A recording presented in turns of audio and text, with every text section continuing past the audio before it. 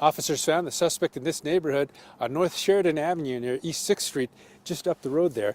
We heard earlier in the evening what may have been some flashbangs, and neighbors tell us about that time things seemed to get a little bit more intense with the standoff. In a community as small as Sheridan, officer-involved shootings are far and few in between. Sergeant Nevada Krinke grew up in Bozeman. He has been married since 2021, and he and his wife, who's a corporal and canine handler in the department, recently had a baby. He was shot while serving a trespassing warning. The suspect's name has yet to be released, but police say he barricaded himself for several hours in a home on North Sheridan Avenue. What you're seeing is the home of Carol Hamilton being torn apart. It will have to be bulldozed and rebuilt from the ground up. This is the home where the standoff happened in Sheridan last week. The city has condemned it and says its structure is unsafe. Also have some no trespassing signs to keep people out because it is so dangerous. And some contractors and others in the community have come together to help the woman who owns this home. I downloaded the scanner app just so I could kind of hear what was going on. And I got to be honest, I didn't stop listening. I don't think at any time during this entire thing. Hamilton was an innocent party in the chaos and fell victim. Her house is a complete loss. Her niece, Rachel Trueblood, says her grandmother also lives in the home and was there when the suspect broke in. William barricaded himself in the basement. My grandma was upstairs. Luckily, her grandmother escaped, and now the community is rallying together, offering to rebuild the home at no cost. I cannot even begin to describe the amount of gratitude for everyone just stepping up and helping out. It's pretty amazing to see the effect it's had on everybody, citizens, businesses, and just the outpouring of support has been incredible. Steve Leonard is the founder and co-owner of A-Line Roofing and Exteriors, which has offered to cover some of the materials and labor for the rebuild. It's the absolute least we could do. It's supposed to reach out and try to help as much as possible. So, and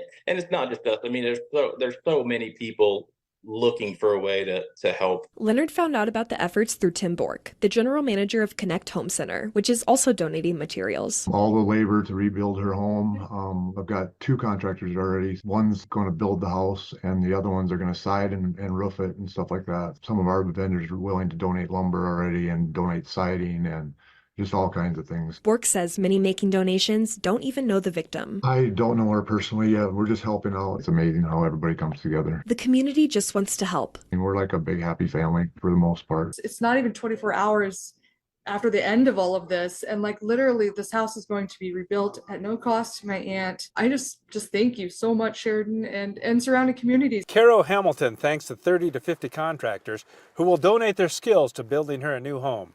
Her home was destroyed during the 30-hour standoff that ended when law enforcement shot the man who was barricaded, William Lowry. On this day, the community came together to find ways to help. She's not getting anybody to cover it, so the community's kind of stepped up and offered their goodwill. Jeremiah Morley brought all the contractors together. He says the demolition of the home will start on Wednesday, but expects that it may take about 2 months before construction will start. I've had some luck over the last couple of years, and a lot of other people haven't had that luck. It's time for me to give it back as much as I can. So get this, a Detroit woman and her 97-year-old mother are fighting a blight ticket from the city. They were accused of transporting hazardous waste. Both have health issues and both say they can hardly get the trash bag, so hauling waste seems unthinkable. They called Help Me Hank to investigate, and Hank joins us live tonight. What more can you tell us about this, Hank?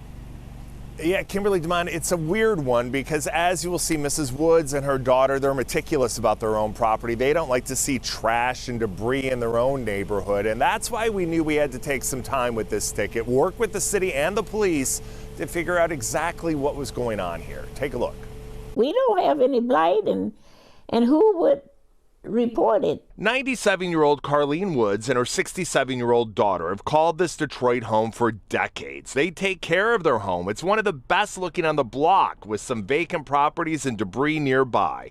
So you can understand their surprise when they received a $200 ticket for blight. It had to be surprising. Very surprising. Yeah.